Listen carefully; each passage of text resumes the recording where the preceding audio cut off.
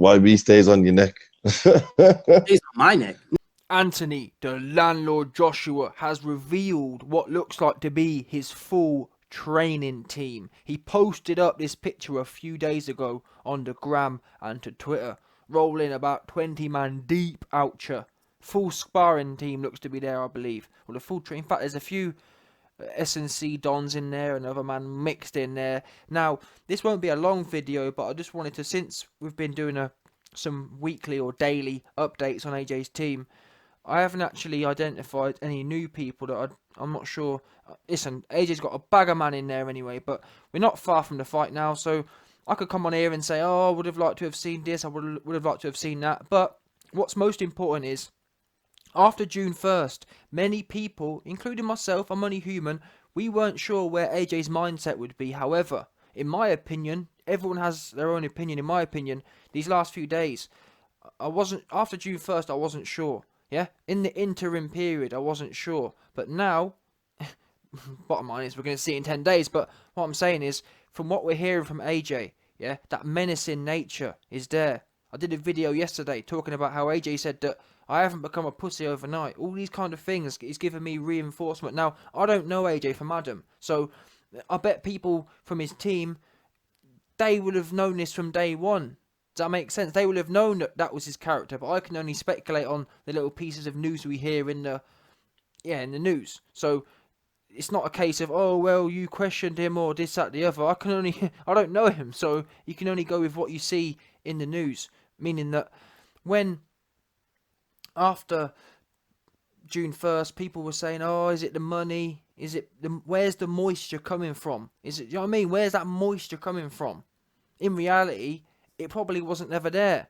But when you see performances go from the Dillian White performance to the Ruiz performance where things have changed, and sometimes I've got another video coming soon where AJ says himself that for the last 2 years, he was worrying about losing. He was thinking about losing. And that's what, actually, funnily enough, is what I was saying. And before himself, or before he actually confirmed that, that's what I've been wondering about, that whole champion's curse. People don't realise it's a lot more daunting being champion. And I did a video on it. Look at Ruiz. Ruiz has only been champion for two weeks, and he already wants it over. Oh, I don't want to be it. Oh, I just want it to be over with. That's what it does to you. It puts a lot of pressure. And not only that, it's a different type of pressure. Like Wilder, as an example. He's a champion, but number one, he don't fight no one. Yeah, so he don't fight no one who can actually beat him. He avoids power. So that there in itself removes a lot of pressure. Not to mention, actually, I was going to do a video on this, and I probably will at some point, but Wilder himself, if you watch the Wilder's reaction, or Wilder's kind of interviews after the Fury fight, Wilder himself admits that the pressure in that Fury fight got to him. That's why he was over-anticipating and overthrowing the right hand. And that's why he didn't get the knockout, or he says, because of the pressure of a big event. Now, that wasn't even really a big event, was it? It didn't sell no tickets, no pay-per-views, no nothing. So Wilder admits himself he bottled it he weren't in front of 80,000. He hasn't had a whole country on his back. He wasn't fighting someone who's a deadly puncher. Meanwhile, AJ has packed out MSG, a man who actually has a bit of power, Ruiz, a man who actually has offensive speed, Ruiz, and he's at a different country, whole UK on his back, etc., etc. So if Wilder, who's meant to be this next, he's this, that, the other, the LDBC will tell you, he's this, that, he's a god himself. If Wilder, who didn't have no pressure, can fold against a man with no power and fury, trust me, that's what it does. But, and that's another thing, Wilder only has one belt. So he don't fight no one who puts him in any danger. He only has one belt. He doesn't have a nation on his back. And he already folds under the pressure. I'll give you that background to say that people don't really appreciate what AJ really has. And not only, I was about to say he has one country, he has two countries, Nigeria and Britain on his back. Wilder don't even have Alabama on his back. You don't even have a state on his back. Never mind two very, two very passionate and, yeah, they're like, it's not like, as an example, if you're from, I'm trying to think, what kind of country isn't very passionate? I don't want to call anyone out, but there's a few countries who aren't very passionate in their sports stars. You man can decide which ones they are yourself, but there are some. UK, Nigeria, and Mexico aren't some of them. don't know why I brought Mexico into it, but yeah, Andy Ruiz essentially, he's having to deal with that pressure now because they're very passionate as well. And it's not easy. It's not easy to deal with when you're happy-go-lucky and you're coming up for the first time. It's all fun and games. No one in Mexico even knew Andy Ruiz. Andy who? No one knew him. Now all of a sudden, all them fans are on your back. People have got expectations. People are talking about weightlifter. People are talking about Chinny. You've now got to go in there and knock this Chinny weightlifter out again in even more devastating fashion. Even though on his worst day you got ghostbusted. But I've given you that whole background. I've gone a long way around it, but just to say that AJ himself said that the last 2 years he's been worrying about losing the belts, and that Champions Curse really took effect on that June 1st. It's almost won't come to a big head. But now I feel like we've got that washed out of the way. Well, one thing for sure, he ain't even got the belts no more. So it's not even a case of that. He ain't got the belts, so now he can really truly go back to his roots. There ain't no pressure no more. Everyone in Britain all the Balmac and Dons have already written you off. So in that sense, there ain't no. You can go in there and truly be your pure form. The Champions Curse, you've been released from it. So all these individual signs have made me confident. Now, we're gonna see. I could come on here and, like I said, I could come on here and nitpick, but ultimately, my nitpicking is irrelevant. Number one, but number two, I'm not in the camp. I'd love to be in the camp, but I'm not. So I can't even sit here and say what we can do though. Come December 7th or December 8th, we'll then have a much better idea. And I'm hoping, honestly, I've been highly critical of AJ's training team throughout the last 6 months, and I've said throughout that period that if on December 8th we see a particular AJ, I'm going to come on here and I'll do it. I'll dedicate, not that anyone cares, but I'll do it because I like to think I'm a principled man. I'll come on here and put my hands in it and say, listen guys, I was wrong. Yeah, all that stuff I was talking about, these men have clearly know what they're doing, and I don't know what I'm doing. I'll do that, no problem doing that. But anyway, quick video. Team's ready to go, AJ ready to go. Whatever that team have done, his mind seems to be in a more menacing position than I've seen it in a long time. Look at the AJ versus Ruiz fight, the first fight. What do we know about that fight?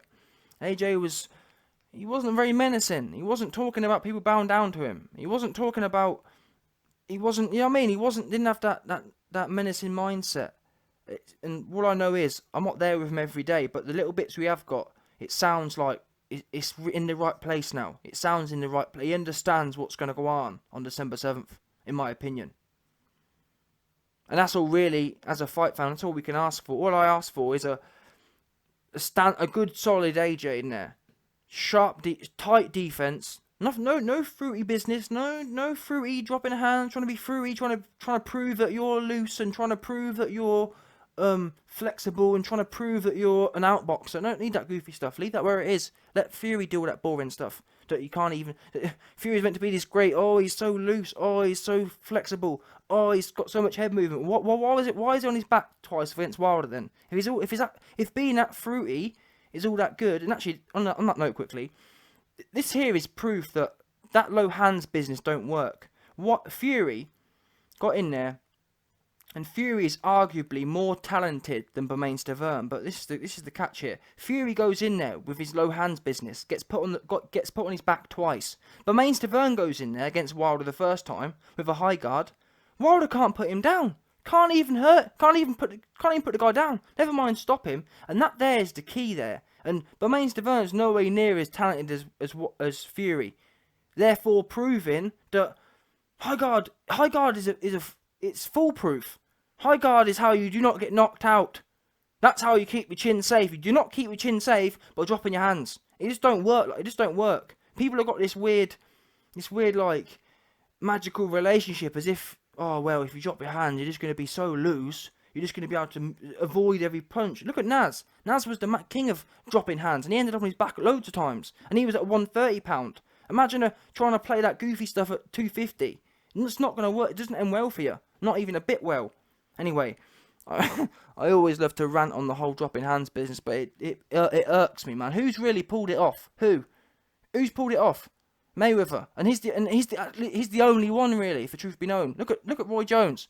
Knocked Spark out a number of times for trying to be fruity. Trying to be too fruity with it. Knocked out. Sparkoed. Against Tarver. Sparkoed. Trying to be goofy with the low hands. That's what happens. I'm sorry. That is what happens. Carl Froch, another one. Trying to play around with that goofy stuff. No, and all them people I've reeled off, that all happened when that all happened at £160 and stuff. We're talking about a £250 man here. Yeah, no time to be playing around. Too big, too much power, too much speed. Especially not against a combination puncher. Low hands is not going to work when someone's throwing 5 punches. It's impossible to slip 5 shots. It just is. Or roll 5 shots. It just doesn't work at all. Anyway, I've gone off a tangent there. This video was meant to be about the team, but either way, it is what it is. Good times. Everyone's in a good... A lot of it's about psychology. Everyone's in a good mood, a sharp mood. And this is it now. We're here now. Final destination. Lego.